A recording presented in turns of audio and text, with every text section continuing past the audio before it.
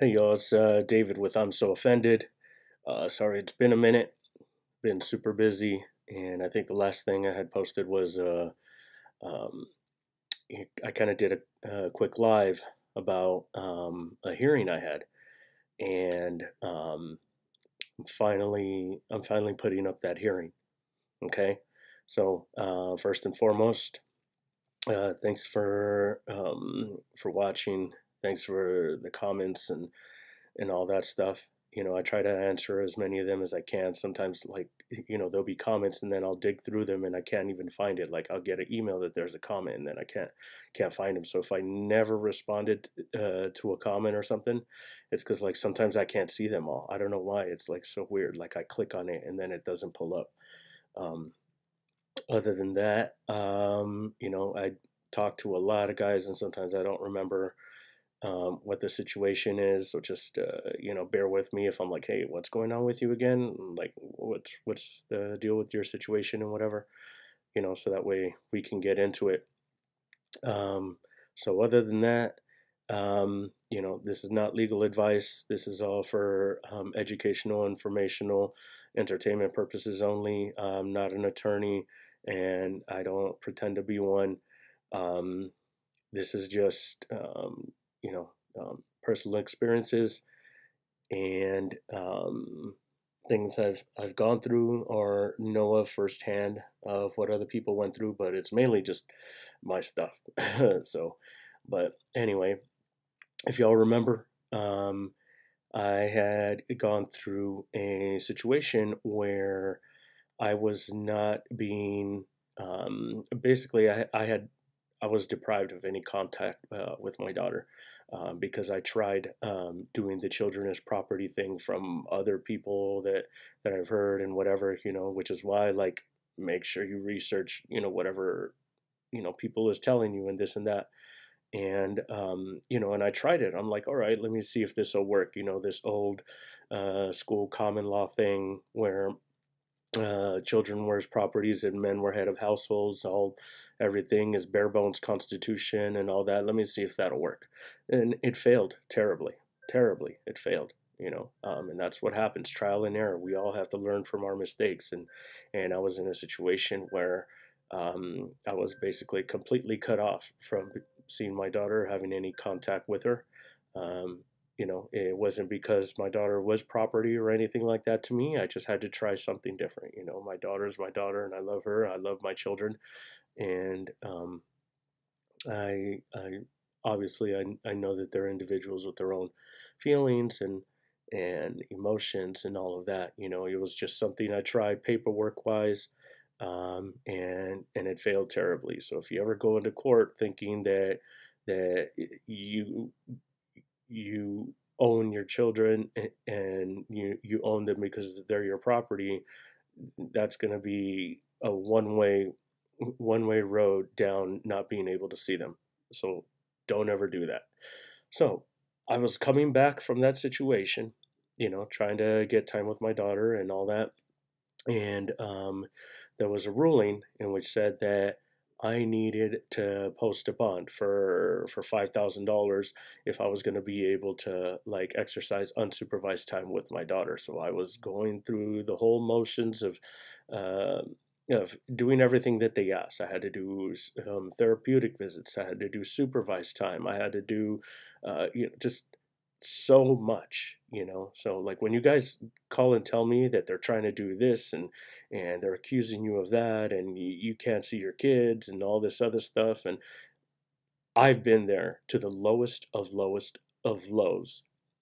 I mean, cut off entirely from not being able to see my daughter. So if I can come back from that, you guys can too. And that's why when I talk to you guys sometimes I'm like, hey, okay, I understand it's frustrating, but you can come back from this. It sucks that you have to do all the silly little things that they want you to do, but they just don't want to be found liable if your kid is harmed in some way, because that's their responsibility, as the state or whatever. It is what it is. If you don't like it, don't live in this country. you know it is what it is. All the good with the bad, it is what it is, you know. So we can chat about that, you know, if we want to get into that. Let's do that, you know, see how you guys feel about how things are and whatever, you know. um no country is perfect. This one is far from it. I honestly, I don't like this country at all. I'm here because my kids are here. That's it. So anyway, let's move forward. So what ended up happening is at the end of it was going to be a year, and the bond was going to be lifted. I was going to start exercising unsupervised parenting time with my daughter. That's what was going to happen.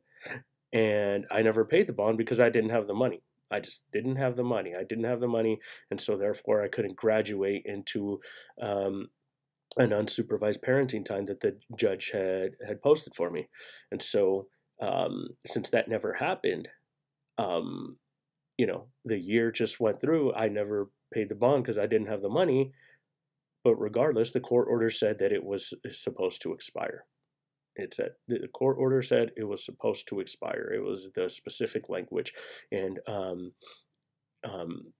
I'll read through it when we get through the paperwork. So, anyways, so the court order was supposed to the bond was supposed to expire, and I was supposed to be able to get my daughter, and you know, unsupervised, and it was like a couple weeks before there was an agency that we were using to facilitate the supervised visits, and they're like, hey, so there's going to be unsupervised parenting time, so this is our last date. And the baby mama never responded, and then when she finally did, she said, well, no, the order was changed, so we're not producing her until I pay the bond.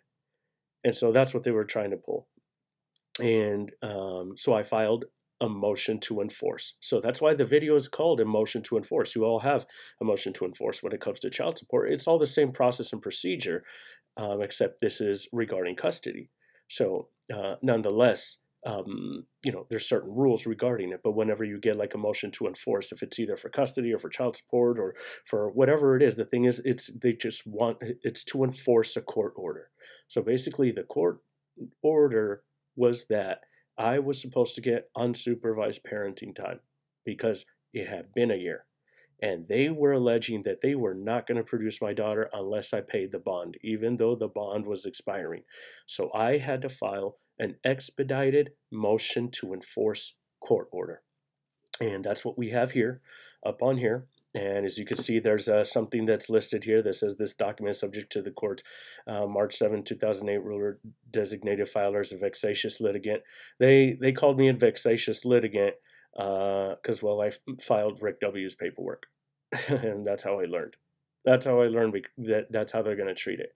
You know, it's not to say that Rick W.'s paperwork is trash. It's not. The beef of it is good. It's just, you know, it needs to be used properly, and a lot of the the titles of the documents are not correct. You can't submit a notice of motion and expect something to happen. So, but that's neither here nor there. Rick W. has given out a lot of information. I'm not saying anything negative about him, but you know, I'm stating a fact. I submitted Rick W.'s paperwork, and that landed me as a vexatious litigant. And so now I have to put this little tag on all of my documents, or else they don't file anything. So, anyways, it's silly, but I renounce it like at each and every beginning of my document. So, anyways, so I filed this expedited motion to enforce court order dated October 24th, 2022, right? And I wrote this up, you know, and then they had filed temporary orders, a Rule 47 temporary order. There's different types of temporary orders. The ones that um, that they like to file against us, usually, you know, the baby mama's attorneys, the ones that we all get is always the order of protection temporary orders, and then they take your kids from you.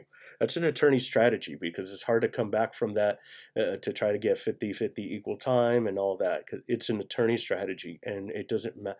And since everything is prima facie, which means that the story they tell is going to be believed regardless of evidence, so that's the attorney strategy. You get the order of protection, you push for temporary orders, and then you spend years coming back from that, you know, and then They get their child support order, and then you get an every other weekend daddy.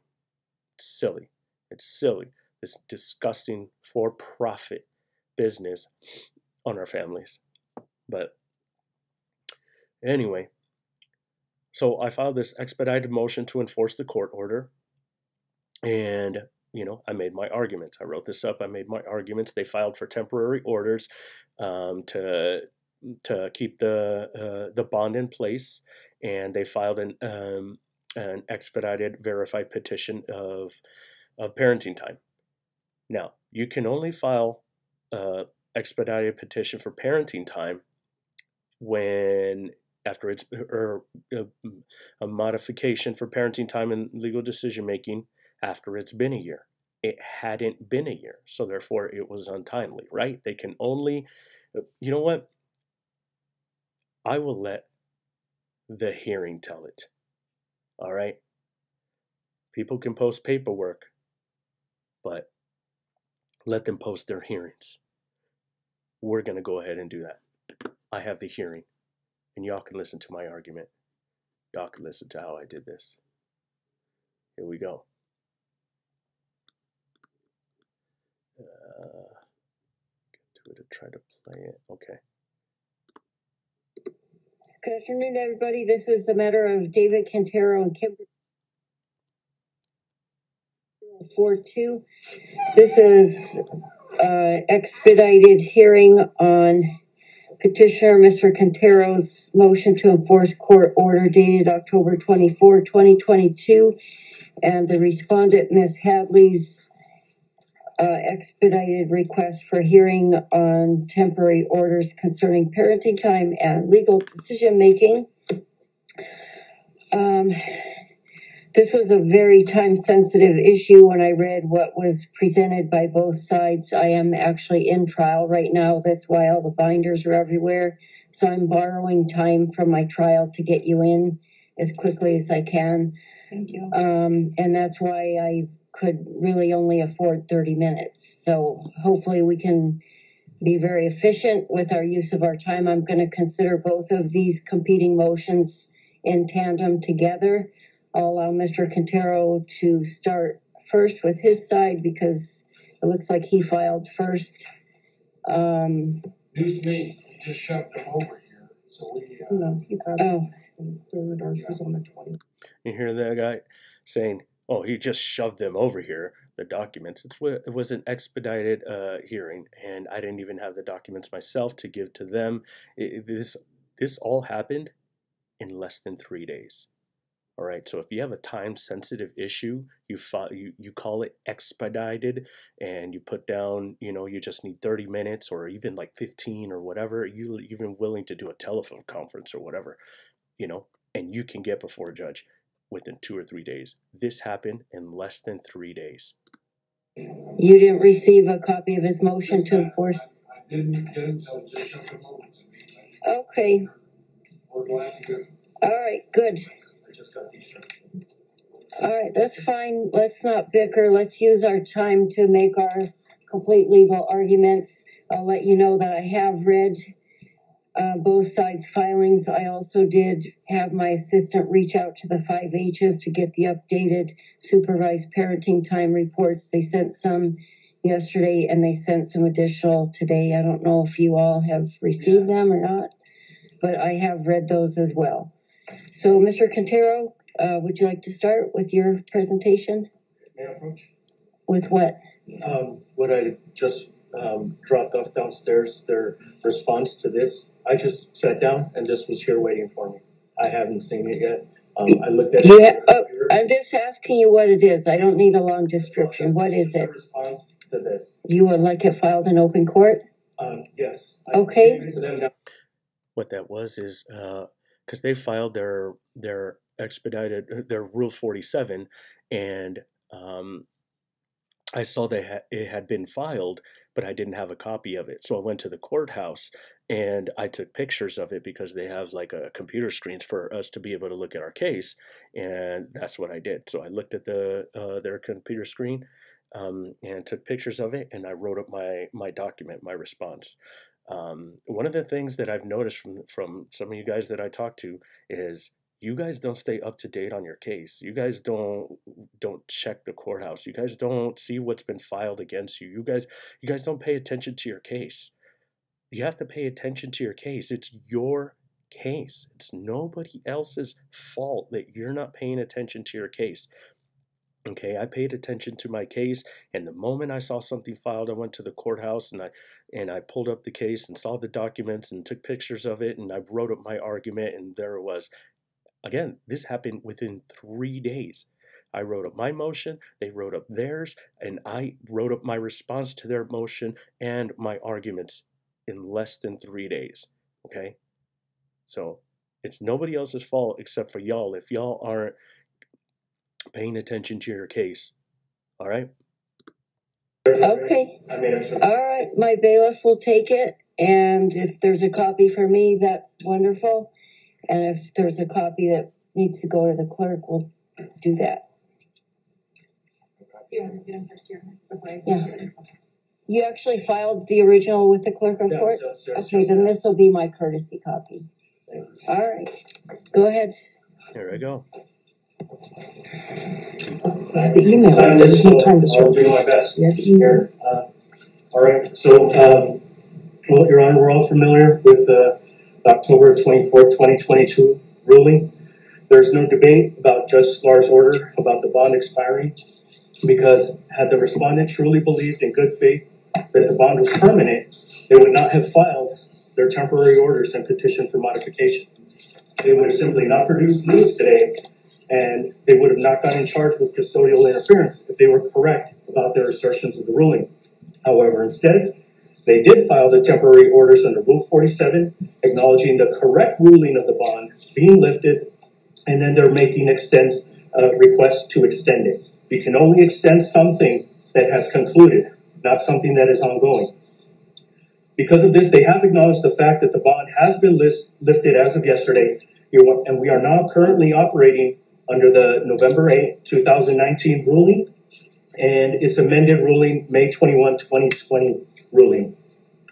So my motion was filed in good faith because they threatened to not produce news, as seen in attachment 1 from the motion to enforce. You have that, right? So therefore, I was forced to file the motion to enforce and bear the cost of filing and paperwork. And so now they filed a Rule 47 with ARS 25404 and ARS 25411. We know that a verified petition for modification under these rules is untimely if less than 1 year from the date of ruling, unless in combination with Rule 47.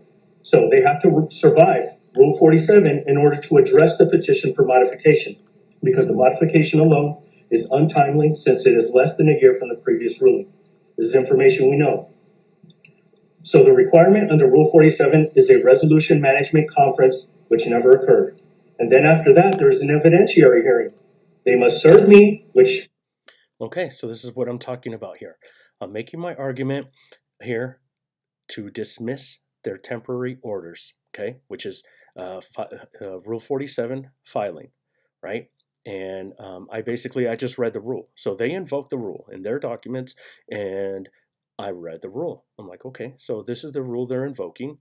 These are the criteria that they have to meet for that rule. So here we are talking about, making my argument here on this Rule 47, right?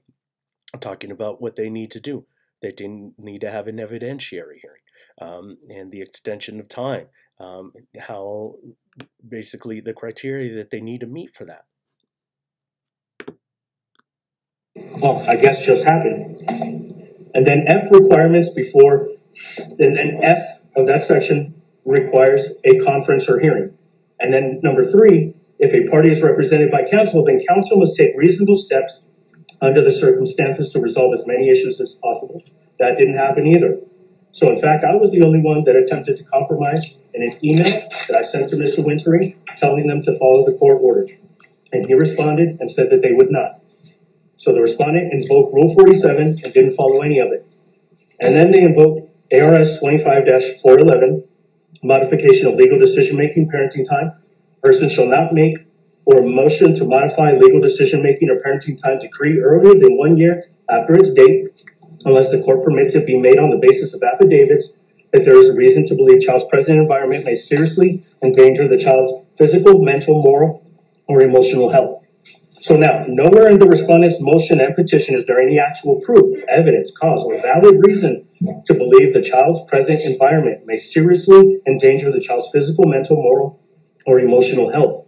The basis they make for this belief is, and I'm quoting their document, petitioner is demanding the child be brought to him on Wednesday, October 25th, 2023, the day after 1 year anniversary of the SCLAR order, and be handed over to him for unsupervised visitation. Or in other words, I'm asking them to follow the court order.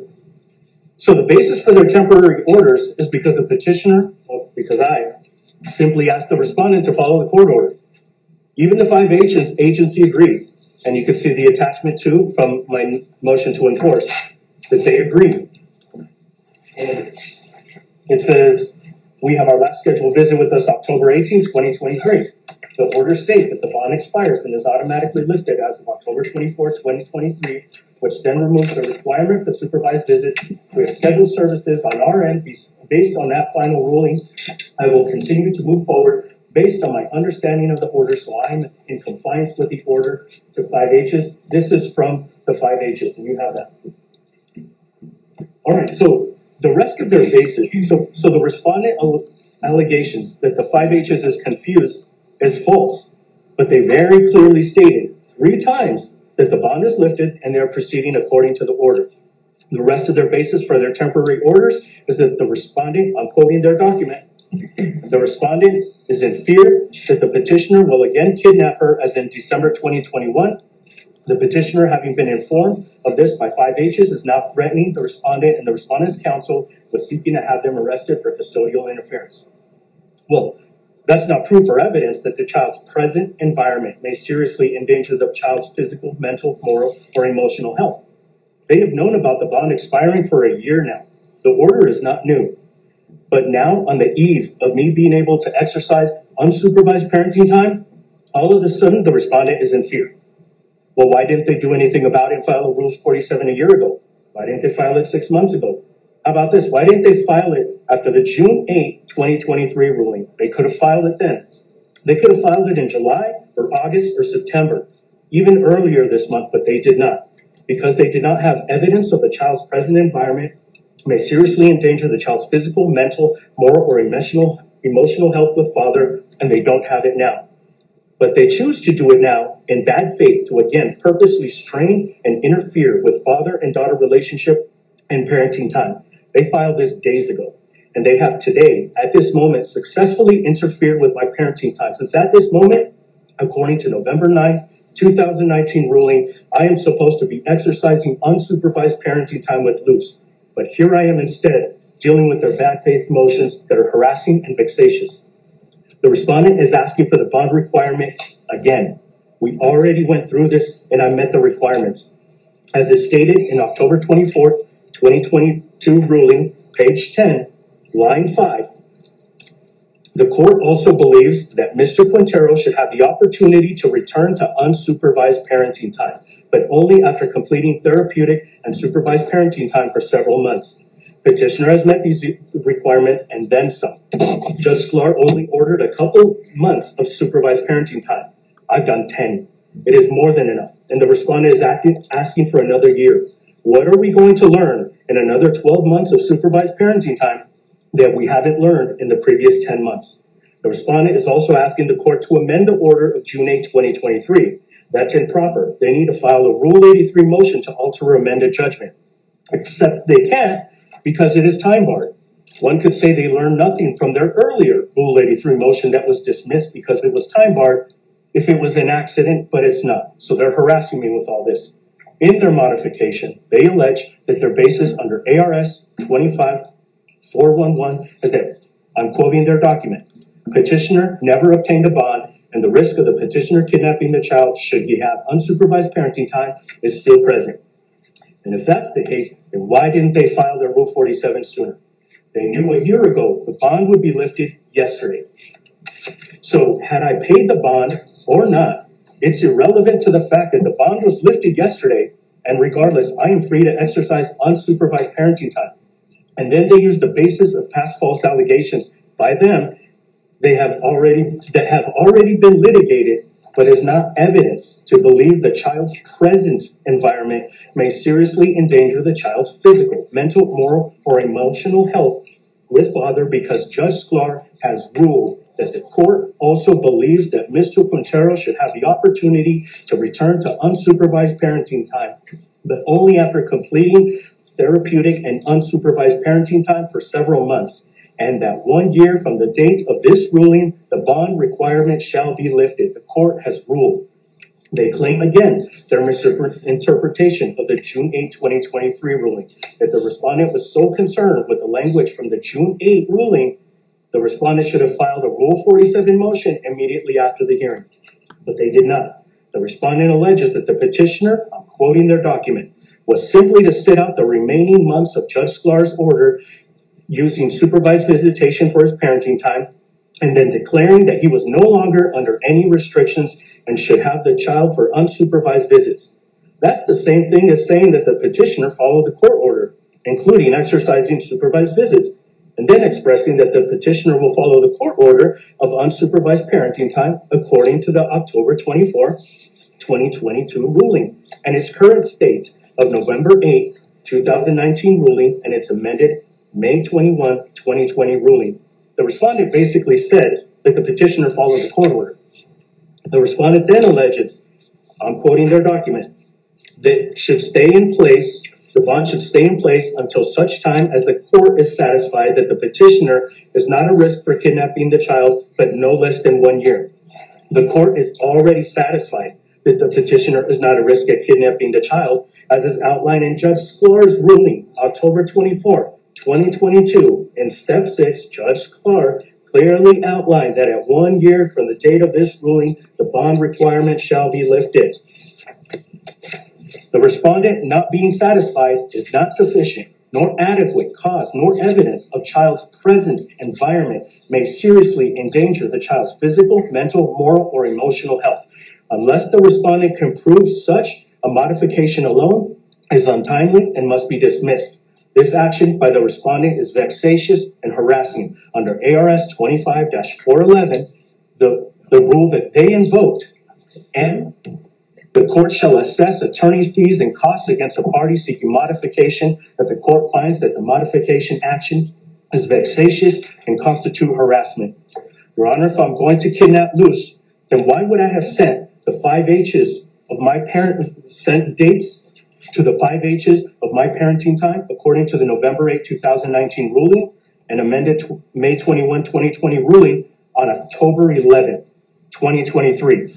And in the motions that I just gave you, the one that says motion to dismiss respondent's expedited motion for temporary orders, that's the attachments at the end. Number 3, I sent them earlier this month. The dates according to the November 8 ruling, which we are now in, that's where we're at, of my parenting time.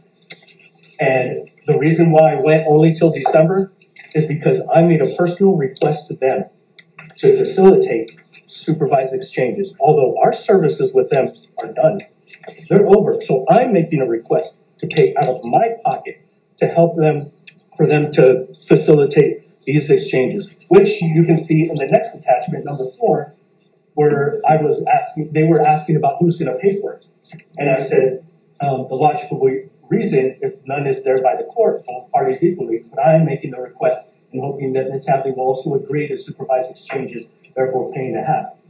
But I made a request, and I have these dates outlined.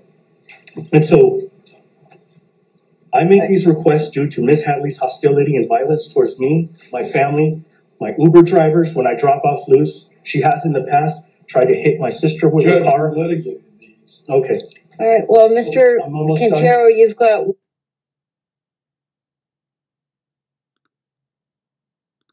Wrap it up, please. Luz has not seen her sister in near... All right. So they only gave me 15 minutes. It was like 15 minutes each side, right? Because, you know, she was in the middle of trial, the judge was. And, you know, she made room for this expedited hearing, right? I know I might have moved too fast for some of y'all, you know what I'm saying? But if you got 15 minutes for a hearing that's going to determine the following year with your kid, you better be on point. You better be on point. Every single line of my argument, I timed out because I knew how much time I would get. So I timed it out. I wrote it out. I put together my argument and I timed it. I set a timer and I did it several times just to make sure I was within the certain amount of time for my argument. Every single thing that I said was with intent and purpose and was impactful. Okay? I mean, I'm honestly, it was like some of my finest work, I believe. You know what I'm saying? So you guys might need to like rewind just to catch up, just to figure out what's going on. But this is me going against uh, you know an attorney and his legal and his legal assistant, and you know, like about to determine the next year with my daughter, and I only had 15 minutes worth of an argument to make. So since this does have to do, you know, with my daughter, someone that I love very, very much and very deeply, obviously, you know, I get emotional, but what I didn't do is I was cool, calm, and collected the whole time, you know. But I do, when I speak about my daughter, I mean, I do get emotional, you know. We're fighting for our kids. So 2 years. And they want another year of supervised visitation. So now Luz can go 3 years without seeing her sister. I'm gonna just read this from one of the reports. You said you read them, but you got to hear this. This is from last week. Luz expresses her desire to see her sister, her old room, begins to cry, hugging her dad. Mr. Wintery, please. I was getting emotional talking about the fact that my daughter hadn't seen her sister in 2 years, and at one of the visits, my daughter was saying that she missed her sister and she wanted to see her old room, and I got emotional. And her very unprofessional attorney just deliberately grabbed a box of tissue and threw it at me, basically, and was like, "Oh, you want some tissues?" He's an awful human being. An awful human being. And this is a guy that was suspended from practicing law for 2 years from two states for misconduct and tampering. So this is not a good person. But yet we have to be cool, calm, and collected while baby mama and her attorney get to just basically make a mock of court, get to just be terrible human beings. But still. And he did it specifically at that point in time to get a rise out of me, and he didn't. The judge scolded him instead. You know, when she said his name, like, "Hey, like calm down." So Hugging her dad. Mr. Wintery, please.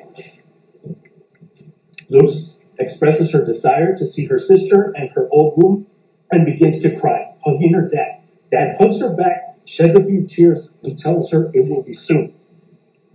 Your Honor, their motions are harassing and vexatious with intent to interfere with my parenting time. I'm requesting that you affirm the current order in place of November 8, 2019 ruling and its amendment May 21, 2020 ruling, and dismiss their harassing temporary orders motion, their modification, and find that the respondent, as harassing and vexatious, award me costs, fees, and $5,000 for interfering with my parenting time. And that is because the bond was previously interfering with my parenting time, but now they are. I'm also requesting makeup time for today's lost visit for this Friday from 3 p.m. to 7 p.m. and for the schedule to be continued as followed according to the ruling from November 8, 2019 and its amended ruling May 21, 2020, which I have outlined again in attachment 3 that I sent to the 5 H's that you have there. All right, thank you, Mr. Quintero. Mr. Wintery? I went into this thing, prepared my argument with my expedited motion. I wasted no time, and my argument was within the time frame. I addressed everything I needed to, and at the end,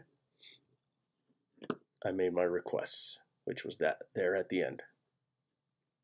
dismiss their motion, entitled to costs, find them as vexatious, and that was my closing there. And then in the rest of my closing,